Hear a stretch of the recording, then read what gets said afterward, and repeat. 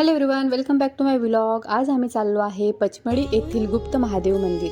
हे भगवान शिवाचे एक प्राचीन मंदिर असून एका गुहेत आहे, जेथे भगवान शंकरांनी भस्मासूर राक्षसाचा वध केला होता। या घटनेमुळे या जागेला पौराणिक महत्त्व प्राप्त झाले आहे। भस्मासूर नावाचा एक शक्तिशाली राक्षस होता। त्याने आपल्या शक्तीने सर्व जगाला त्रास दिला होता। या राक्षसाचा वध करण्यासाठी भगवान विष्णूंनी मोहिनीचे रूप धारण केले आणि भस्मासुराला आपल्या जाळ्यात ओढले। मोहिनीच्या मोहक रूपात फसवलेल्या भस्मासुराने स्वतःच्या हातानेच आपल्या डोक्यावर हात ठेवला आणि भस्म झाला। त्याच ठिकाणी भगवान शिवाने प्रकट होऊन भस्मासुराचा वध केला आणि जगाला या राक्षसापासून मुक्त केले। हे मंदिर त्या पवित्र जागेवर बांधलेले आहे आणि त्या घटनेची आठवण म्हणून या मंदिराला गुप्त महादेव असे नाव दिले आहे। हे मंदिर भगवान शंकराला समर्पित आहे। ही एक अरुंद साधारण 40 फूट लांब असलेली गुहा आहे।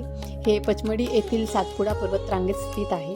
असे मानले जाते की भगवान शंकराने या गुहेत गुप्तपणे वास्तव्य केले आहे। या पवित्र स्थळाला भेट देऊन अनेक भक्त भगवान शंकराचा आशीर्वाद घेतात।